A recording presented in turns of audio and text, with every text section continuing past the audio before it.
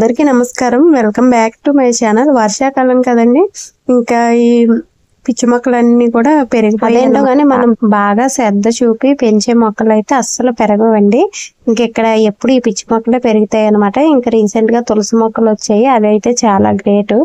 ఇంకా ఒక జామ మొక్క కూడా వచ్చింది. ఇంకా గోడ అవతల చాలా పిచ్చి మొక్కలు అయితే ఉన్నాయి, అవి చాలా ఎత్తుకు పెరిగిపోయాయి అనమాట. మా హస్బెండ్ ని కొట్టేయమంటే కొంచెం గోడ వరకు ఉన్నాయన్నీ కూడా కొట్టేశారనమాట. ఎందుకంటే వర్షాకాలం కదండి, పాములు అవన్నీ కూడా వస్తాయి అనమాట. ఇక్కడ గొంగళ పురుగులు అయితే బాగా ఉన్నాయండి, ఇంట్లో కూడా వచ్చేస్తున్నాయి అనమాట. అన్ని గొంగళ పురుగులు అయితే ఉన్నాయి. ఇంకా తర్వాత రోజు పిల్లల కోసం లంచ్ అయితే పిల్లలకి ఈ రోజు లంచ్ కి అయితే పులిహార అయితే చేశానండి. ఎక్కువ శాతం కర్రీయే వండుతాను.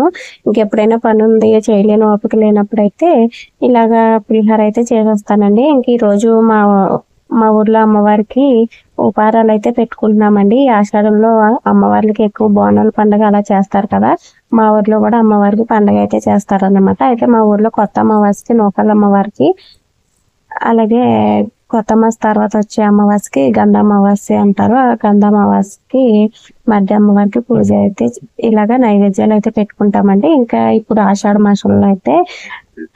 మాసంలో ఆఖరి గురువారం, అమావాస్యకు ముందు వచ్చే గురువారం అయితే ఆషాఢ అమావాస్యకు ముందు వచ్చే గురువారం కనక మహాలక్ష్మి అమ్మవారికి నైవేద్యాలు అయితే పెట్టుకుంటామండి. ఇలాగా మర్రి ఆకులతో చిన్న చిన్న ఆకుల్లాగా 5 ఆకులు తయారు చేసి దాని మీద అన్నం పెట్టి ముద్దపప్పు అయితే వేస్తాం అనమాట. అలాగే పూర్ణాలు కూడా వేస్తాము. 11 పూర్ణాలు వేసి అమ్మవారికి కొబ్బరికాయ కొట్టి ఇంట్లోనే నైవేద్యం పెట్టుకుంటాము. అలాగే ఈ ఆషాఢ మాసంలో పెద్దాపురం మరిదమ్మ వారికి కూడా బాగా జాతర అయితే చేస్తారండి. 4 రోజులు బాగా విశేషంగా చేస్తారనమాట. ఇంకా అమ్మవారికి కూడా నైవేద్యం పెట్టుకుంటాము. కనక మహాలక్ష్మి అమ్మవారికి ఇంట్లో నైవేద్యం పెట్టుకున్నామండి.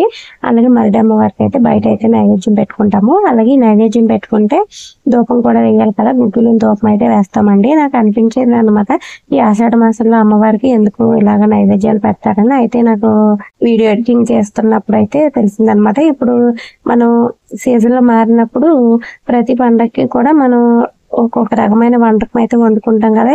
ఇలాగా ఈ పూర్ణాలు అవి కూడా పెసరపప్పుతో చేసినవి అవన్నీ కూడా మన ఒంటికి చాలా మంచిది కదండి, చాలా బలంగా ఉంటాయి. అలాగే ఈ అమ్మవారికి నైవేద్యం పెట్టేటప్పుడు మనం ధూపం అయితే వేస్తాం కాబట్టి ఆ ధూపం వల్ల క్రిమి కీటకాలు అన్ని కూడా నశించిపోతాయి అన్నమాట. దానివల్ల మన ఆరోగ్యం కూడా బాగుంటుంది.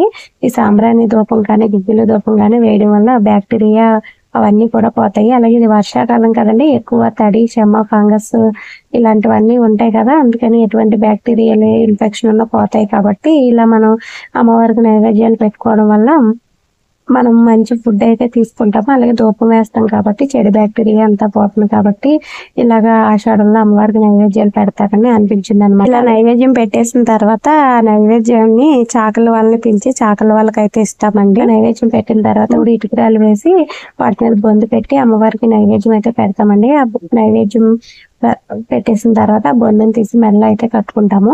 ఇంకా తర్వాత మధ్యాహ్నం నుంచి షాప్ కి అయితే వచ్చానండి. ఈ బ్లౌజ్ 3 రోజుల నుంచి కుడుతున్నాను. 3 రోజుల నుంచి ఈ బ్లౌజే కుడుతున్నాను అనుకోకండి, మధ్యలో 2 days షాప్ కి రాలేదనమాట.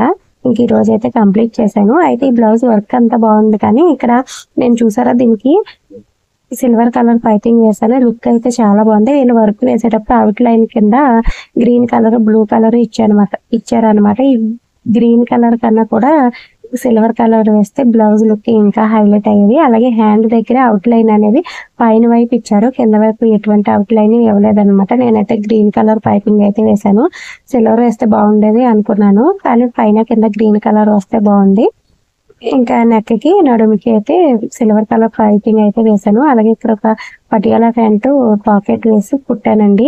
ఇది హెవీ సైజ్ అనమాట. 40 సీట్ లూజ్ వచ్చేసి 48 అండి. అలాగే క్లాత్ కూడా వెడల్పు తక్కువగా ఉందన్నమాట. అడ్జస్ట్ చేసి కుట్టాను. మొత్తం అంతా స్టిచ్ చేసిన తర్వాత పాకెట్ చిన్నగా అనిపించింది. ఇది సాగిపోయి జారిపోయే క్లాత్ అనమాట. కొంతమంది కస్టమర్స్ తక్కువ కాస్ట్ కి వచ్చేస్తున్నాయి కదా అనుకుంటారు, కానీ వాళ్ళు స్టిచ్చింగ్ కాస్ట్, లైనింగ్ కాస్ట్ అయితే ఏమీ లెక్క వేసుకోరనమాట. నేనైతే చెప్తాను ఎందుకు ఇంత తక్కువలో తీసుకుంటారు, నేనేమీ ఫ్రీగా స్టిచ్ చేయను కదా, మంచి క్వాలిటీ తీసుకుంటే మీకే మంచిది కదా, మనీ కూడా సేవ్ అవుతుందని చెప్తూ ఉంటాను అనమాట.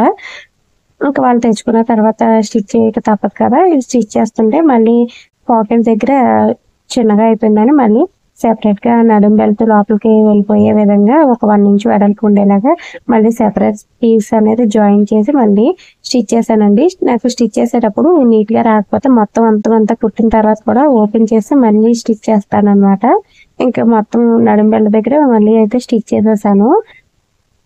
ఇంకా పటియాల ప్యాంట్ కూడా రెడీ అయిపోయిందండి. సైడ్ పాకెట్ పెట్టి అయితే స్టిచ్ చేశాను. మీరు చూస్తే తెలుస్తుంది, చాలా పెద్ద, చాలా హెవీ సైజ్ ప్యాంట్ అనమాట ఇది.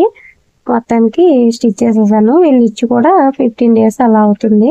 ఈ రోజుకైతే కంప్లీట్ చేసేసానండి. ఆల్రెడీ టాప్ అయితే కుట్టేసాను, ఇప్పుడు బాటమ్ కూడా కుట్టేశాను. వీడియో నచ్చితే లైక్ చేయండి. మరొక మంచి వీడియోతో మళ్ళీ కలుద్దాం. Thank you for watching.